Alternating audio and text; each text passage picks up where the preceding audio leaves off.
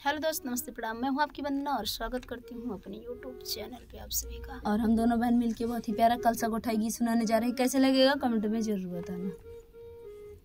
बतावा ननदी कलसा गोठबू की नाही, बतावा ननदी कलसा गोठबू की नाही, बतावा ननदी ने गले बुकी नाही, बतावा ननदी ने गले बुकी नाही।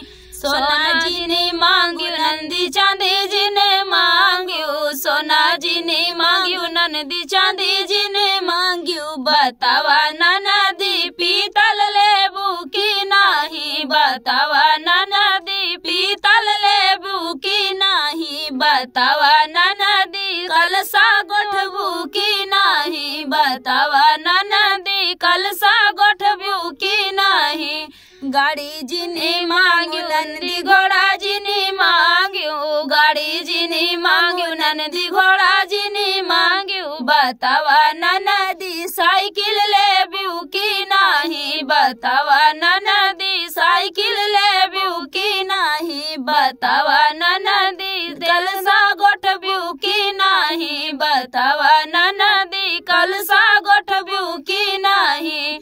भैया जी ने मांग्यू भतीजा जी ने मांग्यू, भैया जी ने मांग्यू भतीजा जी ने मांग्यू। बतावा ननदी समय बोलाइबू की नाही, बतावा ननदी हमें बोलाइबू की नाही, बतावा ननदी कलसा गोठबू की नाही, बतावा ननदी कलसा गोठबू की नाही, बतावा ननदी गले बुकी नाही, बतावा ननदी ने गले बुकी नाही। तो फ्रेंड, गीत कैसा लगा कमेंट बॉक्स में बताना। फिर मिलते किसी नए गाने के साथ, तब तक के लिए बाय बाय दोस्तों।